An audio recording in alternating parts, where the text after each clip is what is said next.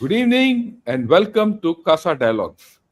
This is probably the first edition of Casa Dialogues on Ghana Shot, and we're going to talk whether there is a G2 on or not, or who's involved in this G2 and where is it all going.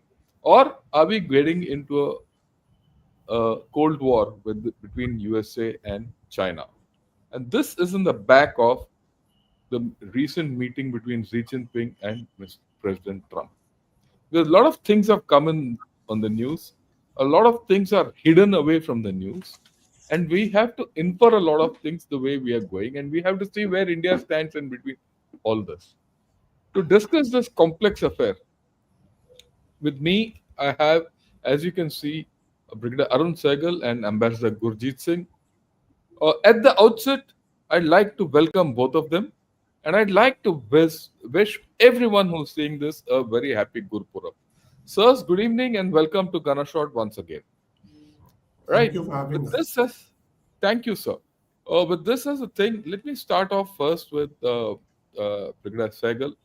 Sir, do you think a G2 is on the cards? And if there is a G2 on the cards, what is the form of this G2 which we can expect or not expect?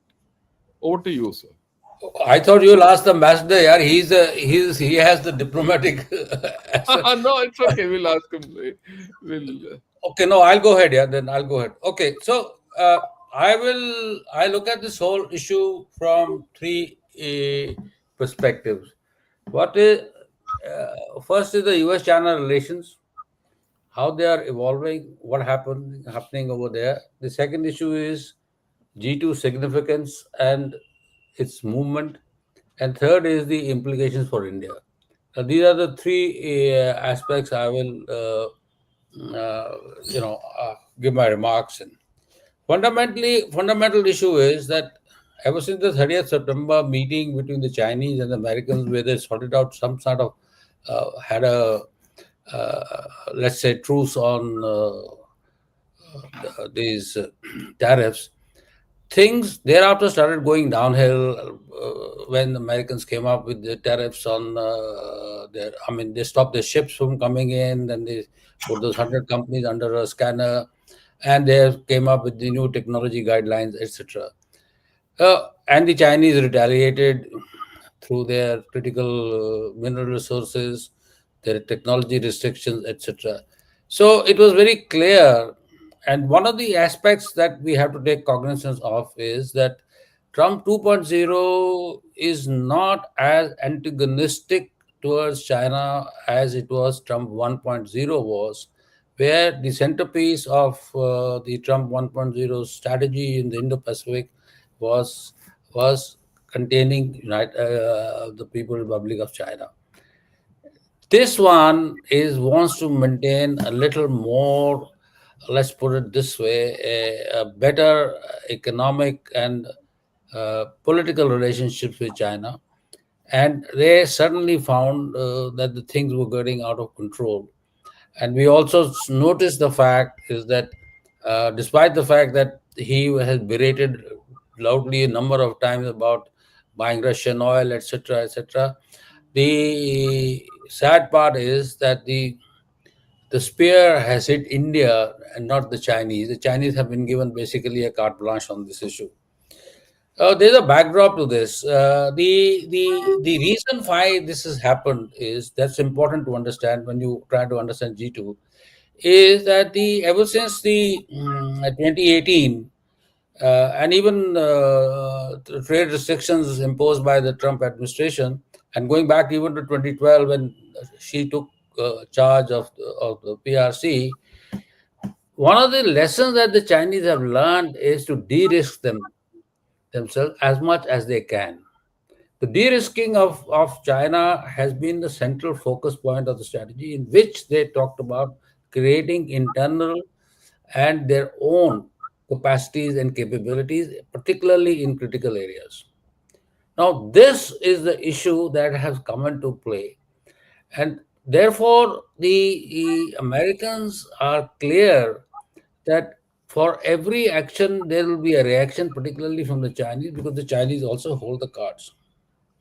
The Second issue is the difference in strategies. This is very important to understand that China has invariably played the long game and sensing imminent threats have resolved to de-risk itself, and it has developed various, made in China, the whole dual circulation issues, etc., were part and parcel of that strategy to de-risk and of course pushing a huge amount of effort in developing technological capacities, as also providing a certain degree of sinecure to its critical minerals control. So that is the issue. The Americans, on the other hand, were playing only the geopolitical game. They were losing in economic terms in Asia. Their trade and element, they were strong player, no doubt, but they were nowhere near as far the Chinese were concerned. And they were playing the geopolitical game, and in that they were building up coalitions during the Biden administration. Uh, Trilaterals, plurilaterals came up with Quad, then they came up with AUKUS, etc. But all these efforts were not very effective. So the sum total of the issue is, I mean, cutting the whole story short, the sum total of the issue is that the Americans suddenly found themselves that their countervailing leverages vis-a-vis the Chinese were not that great to push any kind of uh, either a trade agenda or in terms of contesting the Chinese influence in the region. So, what do we see at the end of this? What we see at the end of this is that the shift taking place. And that shift taking place is that Americans are now certainly looking at a period of, let's put it this way, uh, a coordinated cooperation despite China remaining their principal challenge. Hexer's words, who echoed his boss's words, who said, good luck to China, we want to look for better relationship, etc. And after his meeting with the Chinese defense minister, he came out with a similar kind of a line that we want to build a relationship, open up communications, etc. So the and what happened in the I mean, in the G2 talks, I mean, between Xi and this thing is they basically bought a truce. Both sides gave up a little bit. This thing came down from the high table and bought a truce, but that is only a truce. There is no peace. The two sides remain antagonistic. The Chinese are pushing on for a different narrative. The narrative which they espoused at the SCO summit was a global governance initiative, where they want to look at the re-look at the global institutions, particularly the economic institutions, which is the centerpiece of the American power and influence, much more than their military power, is to reordain that in a manner in which they are more, let's put it this way, encompassing the global aspirations, i.e., driven by the Chinese perceptions. There was a very interesting piece by our former ambassador to United Nations, Mr. Akruddin, who said that the idea of the Chinese is to write the new rules, and when he writes the new rules, he wants to write the new rules in the terms that they want to spell out. And he also sort of enjoined upon us that we must be on the high table at that particular point in time when the new rules are being written. So the issue is there has been, let's put it this way, the strategic competition was going nowhere. The national security strategy of United States has still not come out. We have no idea what it will contain. I look at it that it will have some strong statements, but which will basically be laced with the conciliatory gestures. So things as they stand today is the US and China both look at this movement at this particular time is kiss and make up and stop the world from going downhill and try and resolve their differences. Chinese, we must remember, are a global player in economic terms, but not a global player in the military and the strategic terms. They are a restrained power. They are Asian power by and large, continues to be Asian power. They influence outside in there. But the United States, on the other hand, which has bought so many things, there is a problem in Europe. The Ukraine conflict is carrying on. West Asia is basically on a tentative tenterhooks. Even in Asia, the alliance systems is in a huge amount of struggle as to what do they make out of the new American policy, which is asking its allies to build up their own capacities and capabilities. And as the RAND study talks about, the latest RAND study has come out, which talks about the fact is that look, we are here, we are there for you, we are all partners, but you have to look after your security. We are there at the backup. And they are very convincingly they have told the administration in their output is that look, United States cannot influence operations in Taiwan contingency, and it should not get involved. But the reality on the other side is very interesting. The Chinese, as you rightly point out, General Shankar, is the fact is that they're going through internal economic issues, serious internal economic issues they're going through.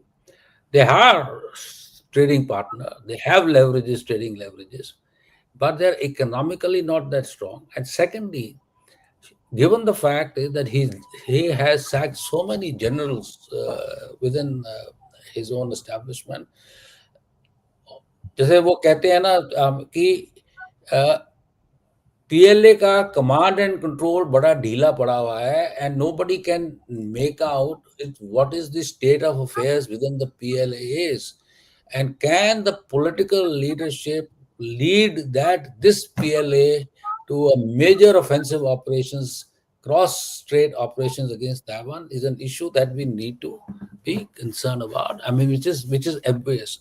So, to me, this whole context of G2 is a tactical move for the time being. Is a tactical move from the perspective that buying time from both sides, cooling off period, and 1 year in any case has been bought off as a cooling off periods, and allowing both sides to build up capacity capabilities and their own revised negotiation agenda and to shape and influence the global affairs. Now I Thank you, come sir. to the issue Can of where does we, in can we tackle this a little later after the ambassador okay, weighs in? okay, sorry. So I'll stop here Yeah, and I'll yeah. sorry for So, no issue. So, Ambassador Gurjit, sir, Thank a you. lot. That Uh, was the thing is spoken of G2. Everyone wants to control the world on in their own terms and all that. But there's also a view that this entire G2 meet or the Trump Xi Jinping meet was only a meet of two people because a lot of people lack trust in them. So in that sort of a thing, in fact, many countries don't trust the Americans and the Chinese to, you know, take care of their affairs or lay the rules. Or no, many people don't want to follow the rules. Equally, the Chinese and the Americans at many points of time in the recent past have exhibited signs of not being interested in enforcing rules. They want to form rules, they don't want to enforce them. They want authority without responsibility. That's the way one gets the feeling. In this kind of a scenario, do you think this G2, what is the shape of this G2 as you see it? Over to you, sir. And anything else you thank want you. to add, please. Thank you. So let me try and tell you what I think the G2 sounds like. It refers to the concept of a two-power global leadership framework between the United States and China. Now, when the United States and Soviet Russia had it, they did not call it a G2. Now, this G2 apparently envisions joint management of global challenges and the international order through cooperation rather than competition. The focus areas will include global economic governance and institutional reform, which Brigadier Sahgal has mentioned. In addition, climate change and environmental collaboration, on which the Americans have backed out, trade, technology, and supply chain management, on which there is immense contention, and strategic stability and avoidance of direct confrontation. Often viewed critically as an exclusive duopoly, potentially the G2 would marginalize other powers such as the EU, India, Japan, and others. Now, let us see, by taking a step back, what happened recently. So, there was a season of summits in the Indo Pacific, which Trump managed to hijack, intending to build upon the trade disruption that Washington had already inflicted on its partners in the region. So, various partners were coming up and signing uh, repetitive trade agreements, basically saying zero duty to access us, and we'll accept whatever duty you say. So, Trump's decision to turn up in Kuala Lumpur and Guangzhou for his own parallel meetings without attending the East Asia Summit in KL or the APEC Summit in Guangzhou illustrated the manner in which he actually treats the region. It is evident that the much touted US pivot to Asia is in hibernation. But this does not mean that regional powers like India, Japan, Australia, and the Philippines more openly, and South Korea more discreetly, can ignore the peril of Chinese hegemony on their shores. Chinese assertiveness continues to be watched with growing trepidation. This anxiety is compounded by US trade actions, which have ironically nudged Southeast Asia closer to China economically. Trump's outreach during the summit season to China was reminiscent of Nixon's 1972 rapprochement with China, knocking on the door and saying, "May I come in, sir?" A gesture that seemed more about self preservation than strategy. Had the summit not taken place, Trump would have been the loser, not Xi. Therefore, to pretend that a G2 partnership was emerging as one of equals was another US illusion because China does not see it that way. Why did Trump suddenly say G2? I think he was trying to flatter China to say, okay, you are my equal, much like others were flattering him to say, oh, we are not your equals. But the Chinese, I think, have the United States precisely where they want them. The Chinese know that they are not their equal and there is no G2. But the Chinese also know that the crackling multipolarity is their best hope for an emerging bipolarity through which China wants to exceed US power. Now, when this summit between China and the US occurred, it surprisingly discussed only trade and economic issues, barely touching on geopolitical questions. Beijing did not nominate Trump for a Nobel Peace Prize, though it acknowledged his role in bringing calm to Gaza and the Thai Cambodian border conflict while noting its own contributions. Yes. However, crucial issues like Taiwan, the South China Sea, and the Indo Pacific were conspicuously absent from this. Therefore, to portray this engagement as an effort to build a G2 based solely on bilateral economic issues is to fit theory to selective facts. The strategic contradictions between the US and China are profound and they cannot be managed so easily that you will be able to paper over fundamental differences on regional order, maritime security, and freedom of navigation. Now, Brigadier Sahgal did mention that the defense ministers met. On the sidelines of the ADMM Plus, the US and Chinese defense ministers met. But here, Hexet did not stay back. He raised all these issues that Trump did not raise in Busan.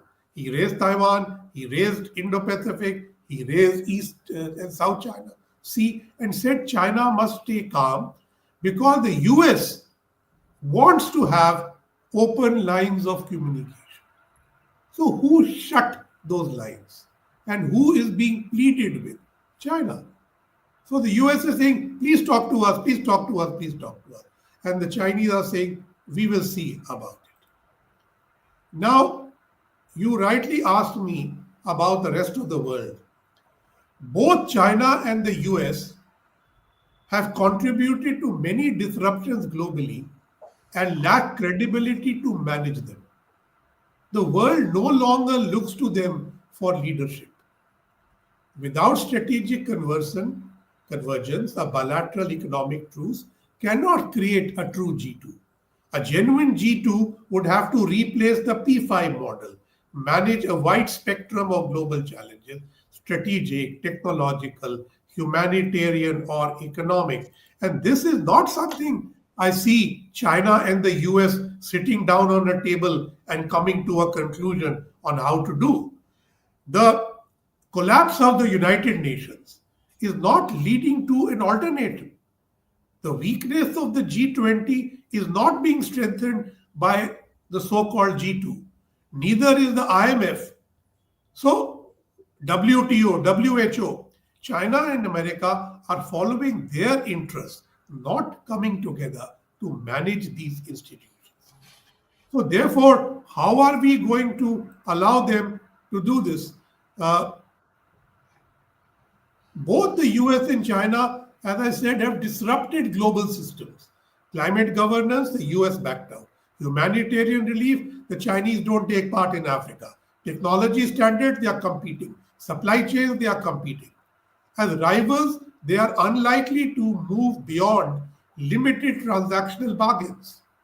Whatever the G2 may imagine itself to be, the reality is that neither power manages its own strategic networks effectively.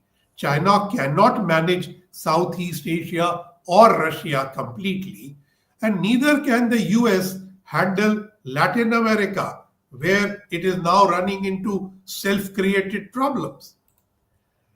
If you look back at Detente in the mid 1970s, it was largely confined to Europe, while the Soviet Union expanded contestation into Africa. A similar pattern could emerge today: limited cooperation, broad competition, minimal trust. Therefore, the scope for a functional G2 remains narrow, as both lack cohesion on almost all major issues. Where does that leave India, to take up what Brigadier Sahgal was saying? I believe that multipolarity is not dead. It is momentarily subdued under the weight of US and Chinese pressures on their respective allies. Yet the role of Europe, Japan, India, ASEAN, Brazil, and Africa cannot be dismissed. Each brings its own assets, challenges, and regional influence to bear. The surging economies and independent policies offer the world a much needed buoyancy and balance that neither China nor the United States, individually or collectively, can provide. So, to conclude, I believe there is no G2, there is a rivalry. They will try and manage that rivalry to make sure there is no hot war. But the best you will end up in is a cold war, because today multipolarity is much stronger than it was in the Cold War era. And that will not give them a total space to create a G2. Thank you. Yeah, thanks a lot, sir. I think both of you brought out, put both your initial statements together. A very clear picture emerges. Very clearly, there's no G2. The concept that there's a G2 which will get together and manage the whole system as it was taught in the first decade of this century is no more valid because they lack trust. People, they simply, if put it in one word, USA and China have lost the trust of the world. That's the first thing. They, no one looks at them like it was brought out for solutions to their problems. Like India doesn't look to solutions to India's problems at either USA or China, nor does EU or Brazil. People are moving away from that thought process. We are no more dependent on these great powers. And that's a significant shift which is one has seen over the past 1.5 years. Right. What we're going to see is a truce, at least for the foreseeable 1 month, 1 year or so. But largely, the picture which comes out of what both of you say is in a environment where the UN has collapsed, multipolarity is all over. Everyone talks of multipolarity, but it's not a defined multipolarity, nor is it a controlled multipolarity, right? And there's a clear differentiation between what is geostrategic and what is economic. So a Cold War is on the cards. So if we're going to enter a situation where we're going to have some kind of a G2, a very watered down G2, and a Cold War going together. That's the interesting thing as we enter into probably the next 1 decade. I look at it from at least the next decade. It is in this context, where do we stand? Where do we go? And how do you look at this Cold War come G2 or the? It's a strange kind of a system which never existed earlier. And like what the ambassador did mention, the in the Cold War, the contestation was about Europe and it spilled over to Africa and to some extent even to Asia. But it didn't go into other places. But in this case, this is global in nature. So it is in this context I'd like both of you to weigh in. What do you see things happening in the future? Arun Sahgal sir, yours to start with. Okay, so if you look at forget, let's not label this as G2 or the thing very rightly put down by the ambassador that look, it's a discourse which is taking place between two big powers, how to manage the relationship. It's not something which they're trying to carve out a global order in which they will have this phase of influence. The bottom line which we have to look at is that one fundamental conclusion that I draw is United States having followed a policy of contestation and containment over the last two administrations is now coming around to the view that it requires a more accommodative policy vis-a-vis the China is concerned. Number two, what is coming around is also the fact is that the Indo-Pacific Quad, etc., which were based on the American preeminent power, are no longer have to rework their own strategies to be able to remain relevant. And in this context, like I have mentioned earlier, somewhere else also, is that the middle powers of Asia have to get their own acts together and to develop both economic, technological, and to some extent military capabilities, not to contest China so much, but to create a degree of stability in the region. And this is an important issue from my perspective. The third element is that Ukraine war, as long as it continues, the manner in which the European security is being managed, the other G2, that is the Russia Chinese equations, and we just now saw the Russian Prime Minister was there, had a meeting in China. That's going to be what is called a life insurance policy, which the Chinese are going to take out.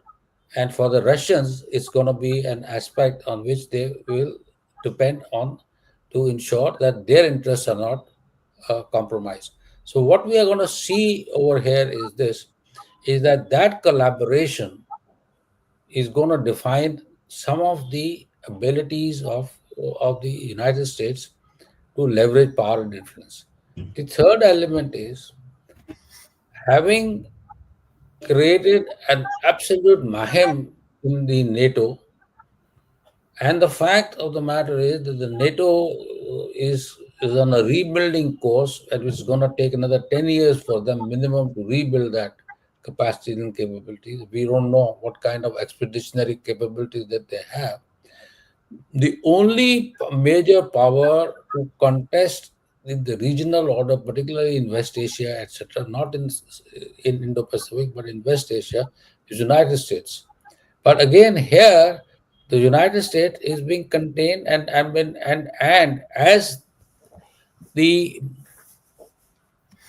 reorder takes place and the Chinese influence increase, and we see that is happening in, some call it the crink, or some call it a reordering of the Eurasian heartland takes place. We will see that there is going to be a greater degree of influence by these players taking over, coming over here into the West Asia and also in the Middle East. So the challenge right now is going to be is this: is how does America leverage its economic and political influence beyond than it can? But here we also must recognize the fact is that United States, despite everything else, have a huge technological advantage in terms of it controls almost all elements of the AI and the The tech internet stack as a whole. a whole. So they control that. So there is something which you cannot get away with it.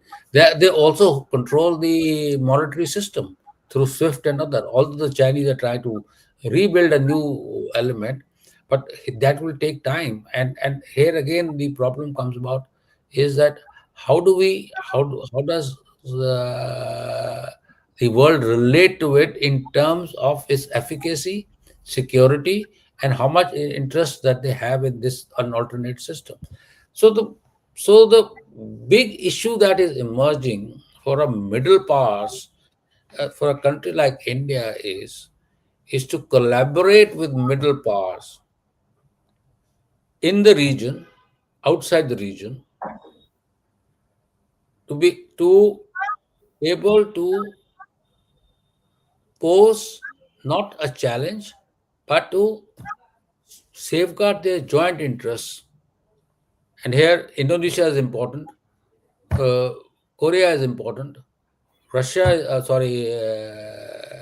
Japan is important, Australia is important.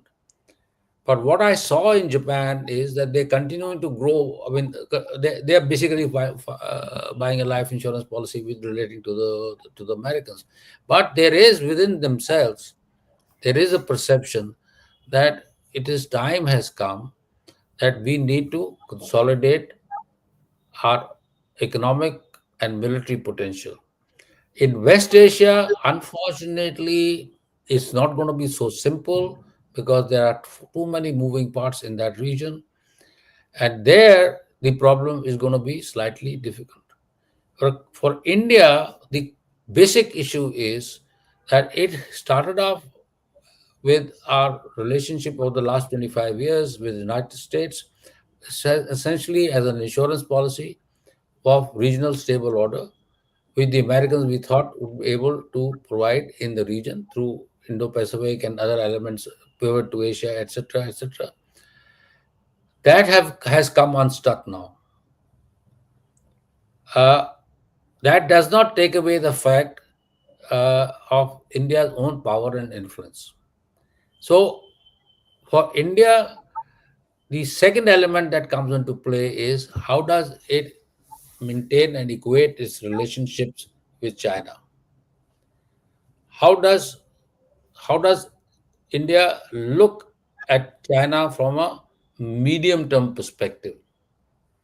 And how do we feel that the Chinese will relate themselves to? I mean, in my world, in net assessment, we take both actions because we have to understand what are his trend lines and what are his interests.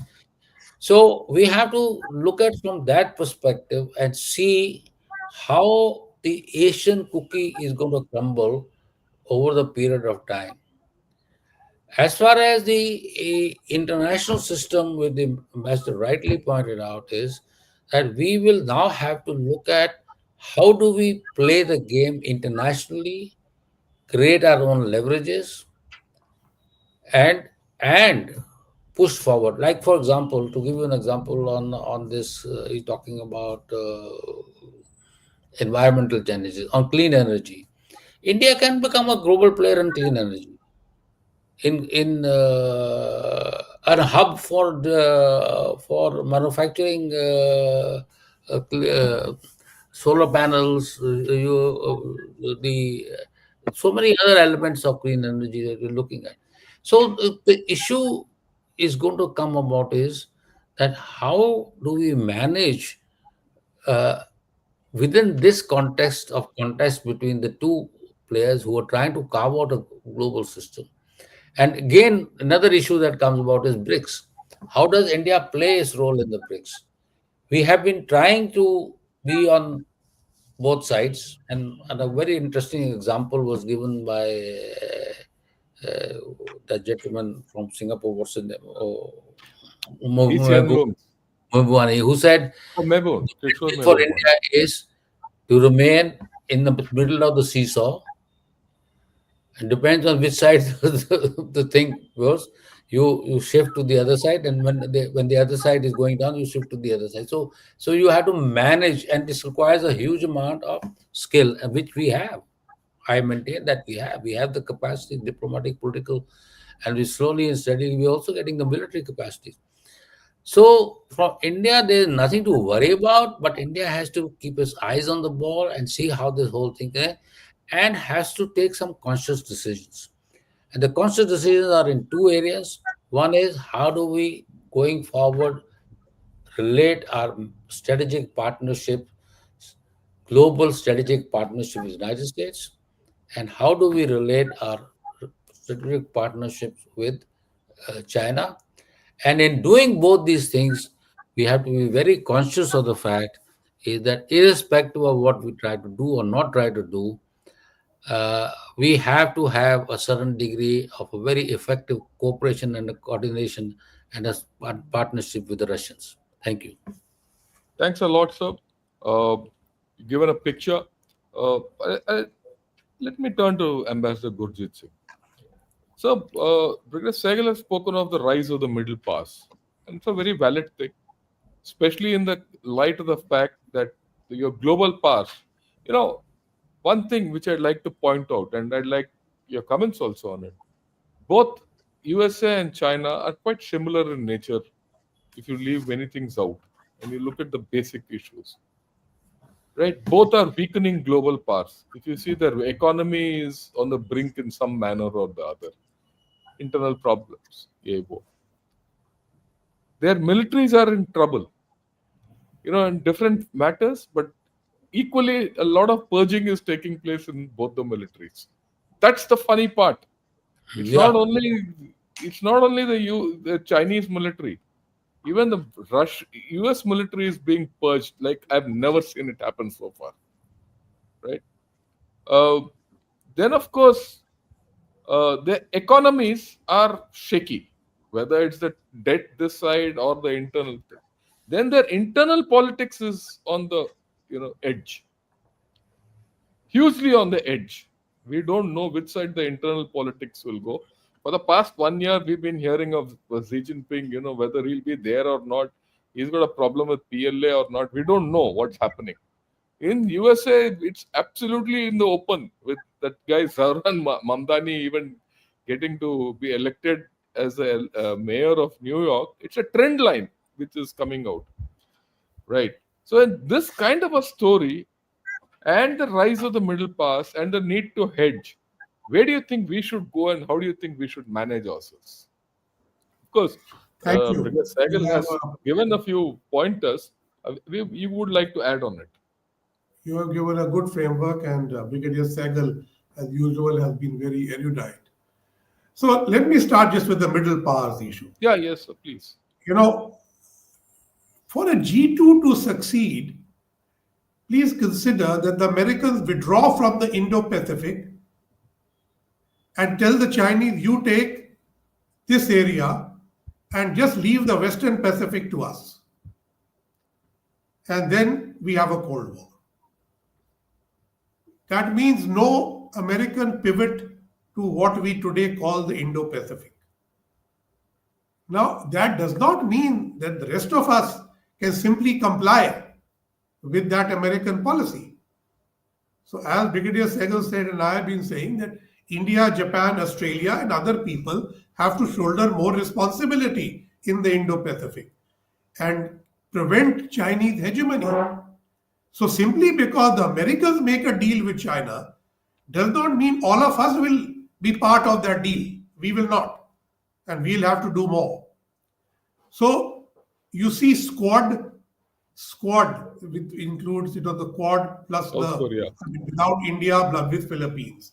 I think India will come into it, but it is working without much American help. The Japanese OSA, Official State Security Assistance, the Australian participation in Philippines security, the Philippines' readiness to participate in Taiwanese security is the rise of middle powers. Now, Brigadier Sahgal did say that the Japanese bought an insurance policy. I think the Japanese handled the Americans very well. They really cajoled them and gave nothing on investment. Nothing. What is more, during the APEC summit, which by the way Trump did not attend and left Xi to lord over the whole region, over there, Sanai Takaichi, Japanese PM, actually had a meeting with the Taiwanese representative, leader of the delegation. The Chinese got very mad on it. So this is, and of course, the American delegation was led by the Treasury Secretary, who also had a meeting. So it isn't as if they are conceding Taiwan to the Chinese right now. Now you take the next, there is the India Middle East corridor, and there was the I2U2. Now that is not functioning so well because one I and one U, the USA and Israel, are at war, whereas India and UAE are ready to play ball. But India and UAE can still play ball, and that is another middle power engagement. You move further into the Sudan, where there is a despicable civil war going on, and neither the Americans nor anybody else is in a position to stop it. Total collapse of international order. The Americans have formed another quad there. This is with UAE, Saudi Arabia, and Egypt, all of whom are fighting with different intentions in that civil war. Yeah, yeah. They're on the opposite sides. Opposite side. Somebody wants access to the Red Sea, somebody wants to deny them, somebody wants to support Islamists, somebody wants to deny them. So the middle powers are taking the big power for a ride to the detriment of the global south. That is what's happening in Sudan. Yeah. And that's also what's happening in West Asia. The global south is being wrecked by internecine conflict. Therefore, the larger middle powers have to play a more responsible role. Having said this, let us look at the economy.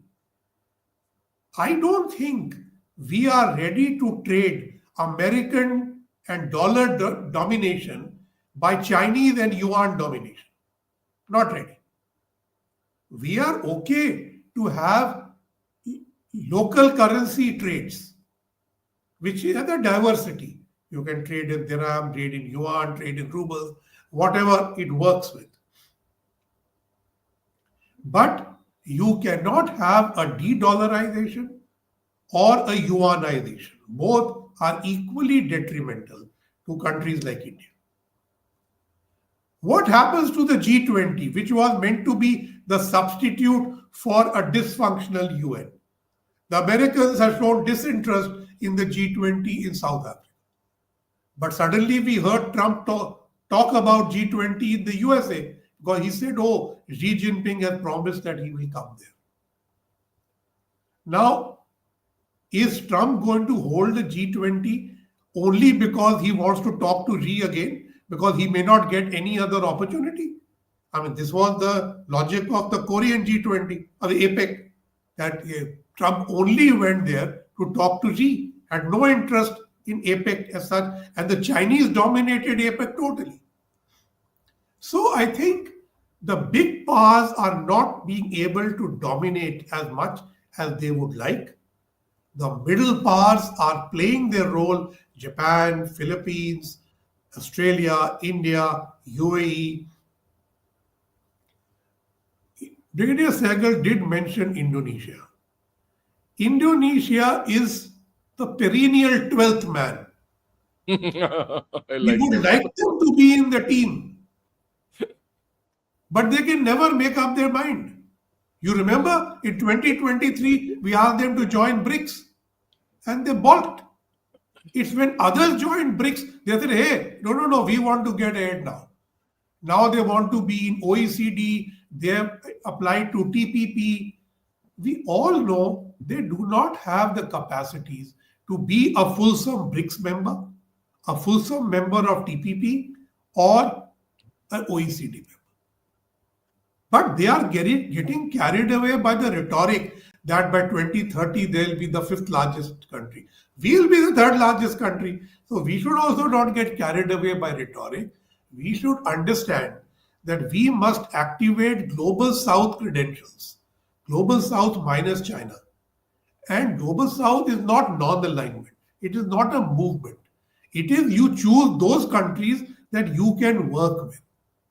Now, they can be regional powers like Australia and Japan. It can be UAE. It's certainly Israel. Even the Israel foreign minister has just been here. So, I think we need to work with ASEAN, Africa, Central Asia more closely, and that will generate the wave of multipolarity. And that will also create more avenues for trade. Today, we are dependent on China and the US very largely for trade, very large. So, we need to diversify from there. Other alternative is that, like the Americans could consider conceding space to China, which we can't because we have a border. Can we accept second position to China and say, okay, we carry on, not as equals, but as unequals? But I think that neither India nor Japan nor Australia will agree to. And that is where the transition gets more murky than it looks today. Thank you. Thanks a lot, sir. I think we've come to some very nice, outcomes. The way I look at it, let me spell it out. Both of you, what you have put and how it's coming out. Very clearly, India has to manage its relations with the US and China, and we can't wish it away. They'll remain both these countries will remain our economic partners, right? One will remain our military adversary. The other, we hope, will continue to be our military. I mean, we don't have a choice. Even on that, we will have some kind of a military positive engagement with the USA. We don't have a choice because we have too much of their equipment, and that itself drives an engagement as outlined in the 10-year defense framework, which was recently concluded. So it will go on for the next 20 years. That's a minimum. So that's where we are. We have to manage both these superpowers, irrespective of what their own problems are and irrespective of how they look at us. That's a fundamental, I think, which is emerging. The second thing which is emerging, which I'll pick up from what Ambassador Gurjit said, Global South minus China. I think India has to. India needs to. This is probably some kind of wish listing also. Needs to form some kind of a system where we go ahead to the global south outreach and you know, establish positive relations, less China and even less USA, and even probably less the colonial past, because that is where we have our strengths. These are nebulous ideas, but I think we need to go in that direction. To the west, we need to expand on the idea of IMEC. Like you rightly pointed out, one I and one U are still functional, and I would say that the IMEC can be expanded, or it's already functional in some manner up to Saudi Arabia. Now that Gaza is coming to some kind of a closure, can we push through to Haifa and on to Piraeus and reach the continent is something which we have to really think of. And I think that's one direction we need to head. Very clearly, the EU is in a different mood. We have not discussed much of EU India relations today.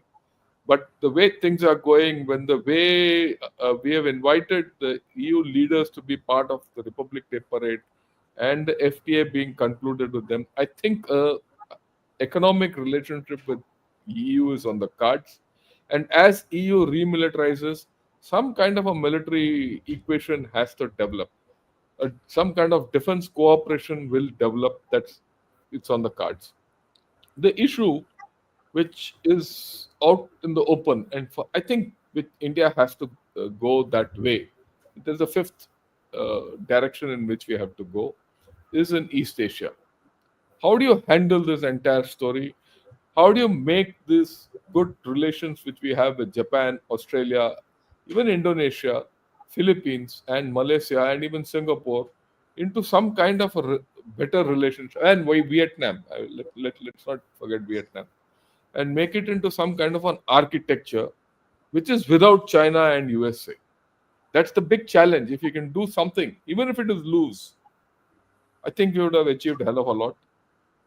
Will it be feasible today, tomorrow? I don't think. But as time goes by, I think if you have a larger, broader range, we should be able to reach there. So this, I thought, is a summation of what all you said. I'll take a few questions because some of our thoughts will get answered in that, or you can chime in at that time with all your other ideas, sir. Uh,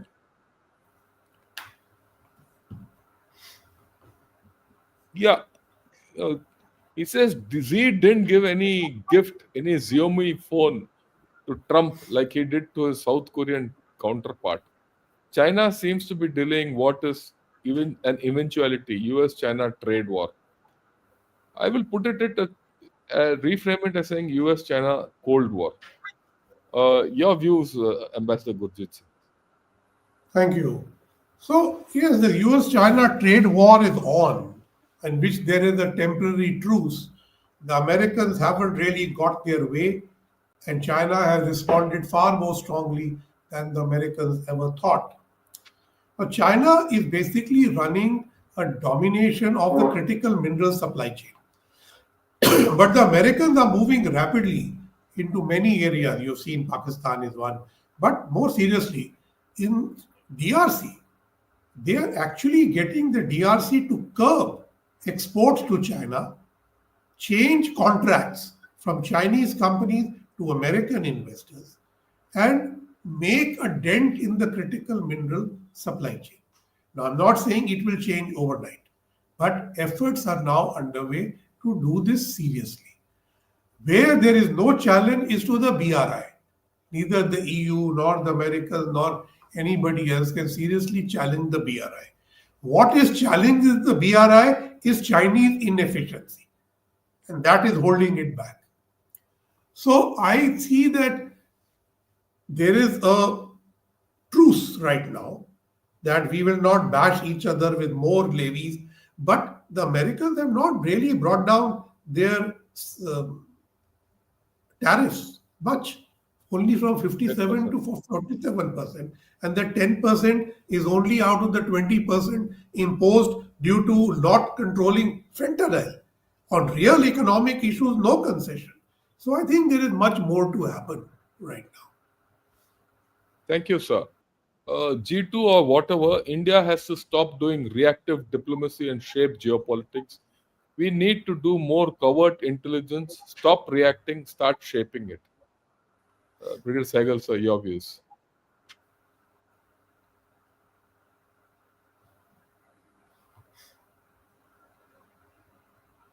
Sir, you're muted. Or yeah, There are, yeah, we can. our discourse indicates some very interesting dynamics. See, the war or the contestation between the United States and China is on two issues: critical minerals and technologies. Okay, now these are the areas which define for India going forward are the critical areas where we have to get self-sufficiency. Now, until unless we become a relative player in these areas, we will not be able to fend off the kind of challenge that have, because we will then always will be under pressure. So, the fundamental perspective for India going forward is, apart from good diplomacy and other aspects, is developing technological capacities in critical fields. Issue one. Issue two. When we're looking at creating East Asia covent, let's put it this way, and the issues that come important is this: is that I was involved with Japan for last what 8-10 years, going twice in a year. I mean, talking to various at levels. My perception is Japanese are keen to invest here. They don't find the climate very easy, and of course they are also very choosy about various issues. We have to develop a concert, a technological concert between India, Japan, and South Korea, ROK. Now, if we can create that kind of a concert, and it should not only be technological, but it should also take on the military ecosystem, and create an interesting concert over here, which will supply elements of to various this thing, defense equipment and defense systems. Now look at it. The Chinese have a Soroyo submarine, which is one of the best in the world. It's the quietest submarine in the world. We didn't get it. We got in for HTW. We've been trying to get an engine from the Chinese, from the Japanese for our tanks. Not made headway. Again, it's not because the Japanese don't want to give you. No, we have to understand the cultural perspective. The cultural perspective is Mitsubishi Heavy Industries has built up capacities to for a particular purpose or their requirements.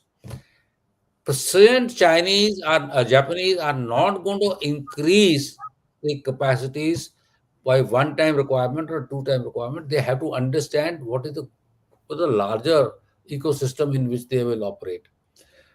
So it's not only just diplomatic efforts, but diplomatic efforts have to be backed up by hard work and understanding of how do we go about trading. Next element. I'll give you a small example. Yesterday at conclave, it came out very. He says, you want to get technologies from us. We'll give you the technologies, whichever technologies you want. We'll give it to us. Where are you going to get the raw materials from? Where are you going to get the metallurgy from? See, what we have to understand is when we are trying to play a bigger role, we have to play a bigger role by looking at a much larger picture, but then breaking down the larger picture into small components and making that components as a one big whole, fused whole to make it work. That's what is important. Just talking to the Americans, talking to the Chinese, talking to the Japanese, talking is not going to work. You Last need, point you is, need, put it bluntly, need boots on the ground. Yeah, something the like last boots on the point is ground. the last point is As India's comprehensive national park grows, which it will, I always maintain that it will.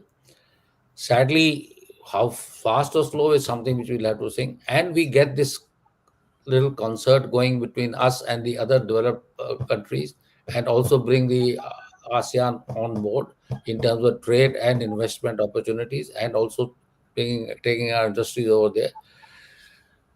There will be at some stage pushback from the Chinese. It will have to come. So 10 years, 15 years down the line, we'll have to plan for that pushback. What will we also have to then take cognizance of the fact is that what will be the status of the Chinese at that particular point in time. You are aware of the fact is that there is a huge amount of overcapacities in terms of exports. There are whole overcapacities in terms of technologies, even overcapacities in minerals. Critical minerals is not a big deal. People were simply sleeping because they were depending on the Chinese mineral. Now they have woken up, they will get the thing through.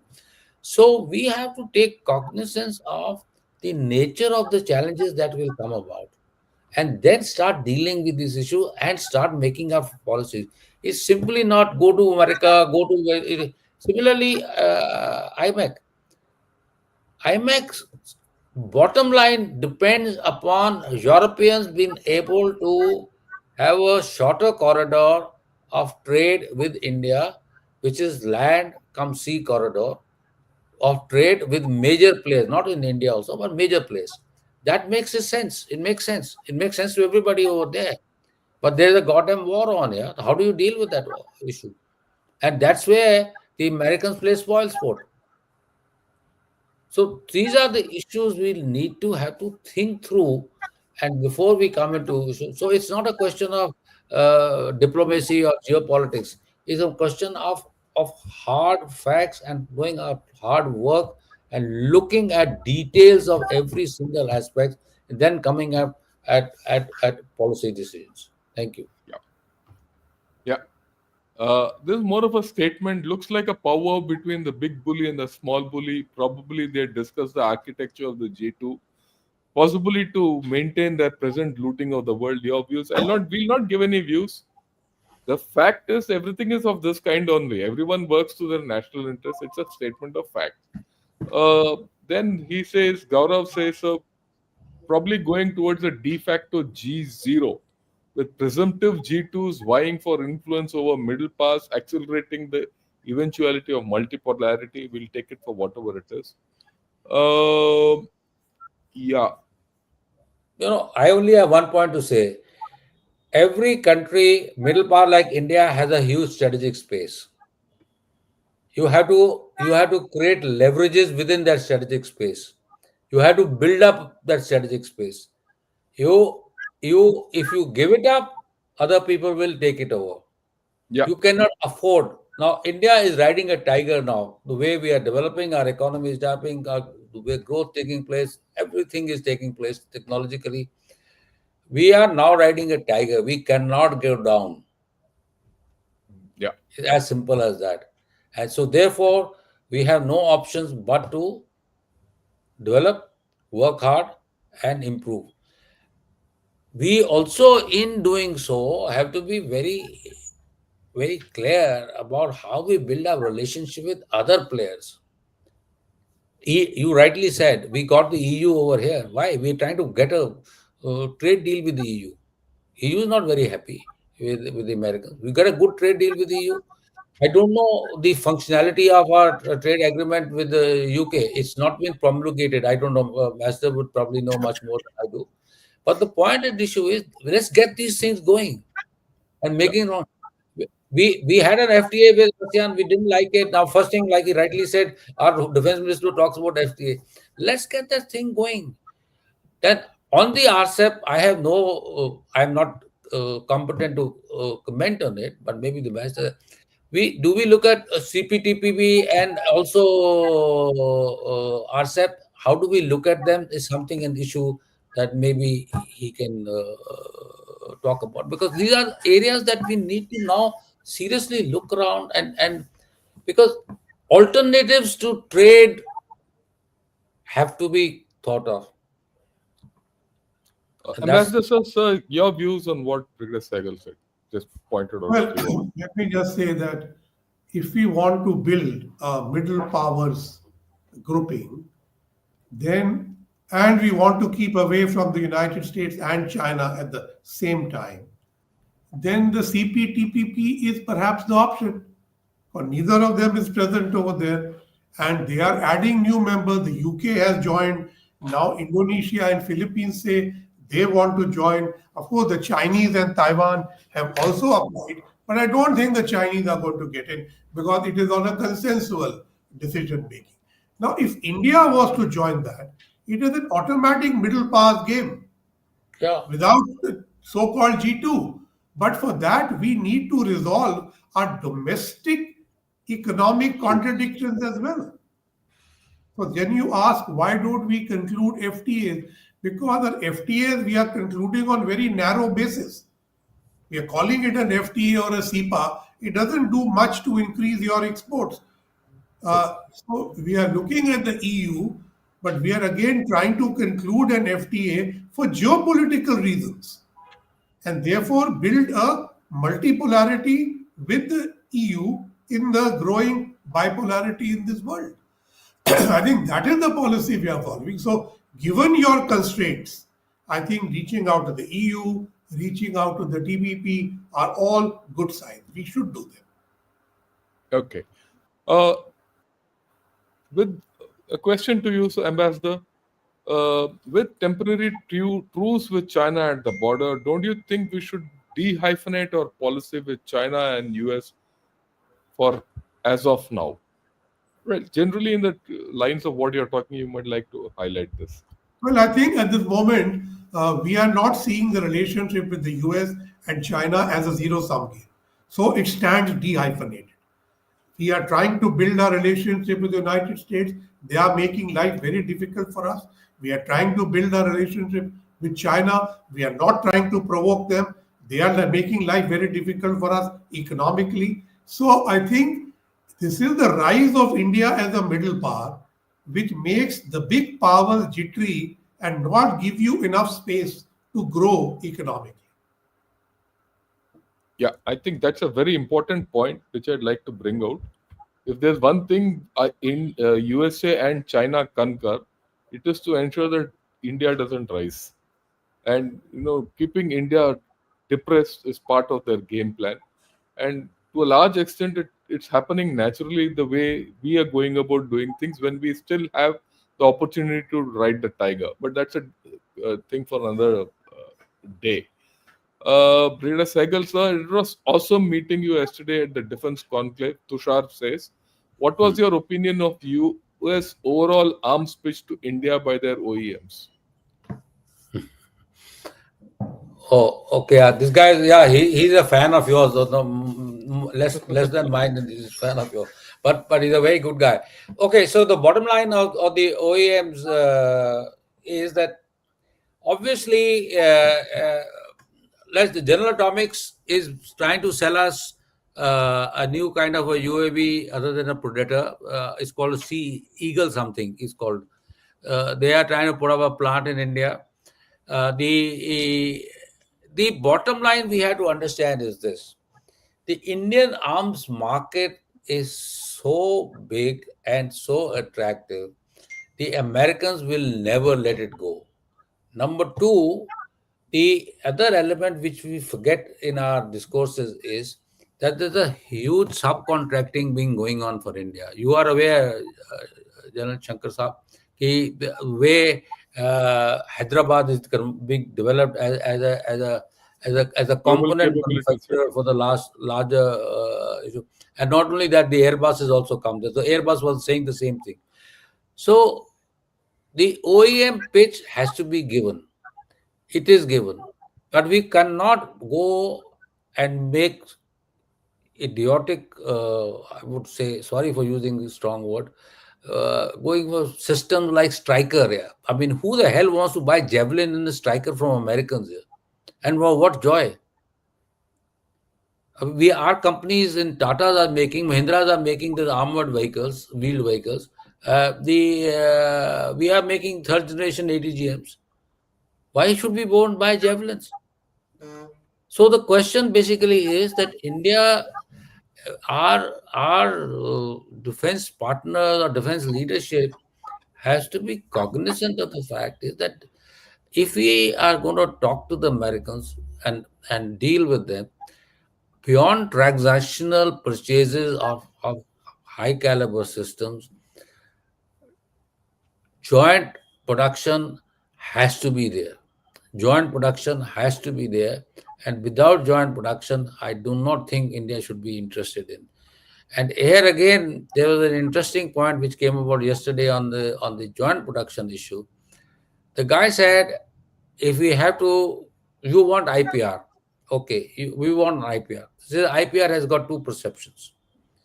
One is the IPR, when I give you the IPR, where does it leave me? I am a company who's making X number of items and I give my IPR to my Indian partner. On what basis do we come to a collaboration on IPRs? Because the moment I've shared my IPR to you, I am dependent on you, no? So it is both an internal issue as well as the governmental issue of sharing of the IPR. So all these issues are linked, and we need to take cognizance of that, take into account, and have brainstorming sessions on these issues. We can't talk off the cuff कि ये हो जाएगा, वो मेरे को वो technology दे देगा, कुछ नहीं ऐसे मिलता. It has to be thought through. The companies think through, the larger OEMs think through. Then they want to invest in India. They're looking at a place where the cheap production can be there, components are there. You heard what that Boeing fellow said at the round table with which our commerce minister was there. He said the technological capacities of the Indian workers is so high and they are so well equipped.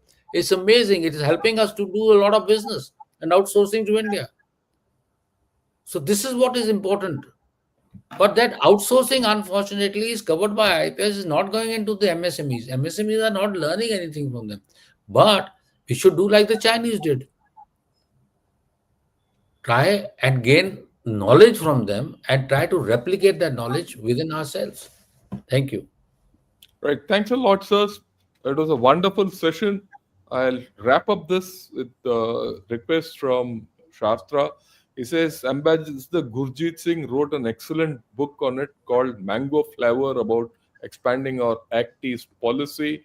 I wish I could purchase his entire series on Southeast Asia and East Asian diplomacy. Right. What I'd request the ambassador, sir, please give me the list of your books and where we can get them. I'll put it out in the next episode of mine so that people can pick it up. Right. Thanks a lot, sirs, from both of you. We've covered the entire gamut of this G2 and US versus China, US plus China, US minus China, and vice versa. And where does India fit in? What comes out in the end is we have the scope to fit in, we have the will to fit in, we have the wherewithal to fit in, but we have not got our act together to fit in everything there. Are we trying to get our act together? We are trying, right? And this is going to be a slow, incremental process. It's not going to be fast, and we need to be patient about it. The more we discuss, the more we have exchange views on the like this and more, many more, we'll get there. So we'll keep coming back to this topic later on.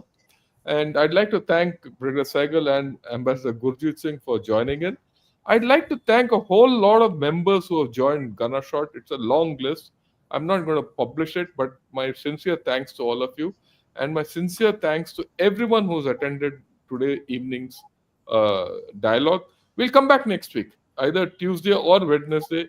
We'll come back with another set of CASA members to discuss another topic, which is an ongoing topic. Till then, thanks a lot. Jai Hind and good evening to all of you. Thank you. Thank you very much.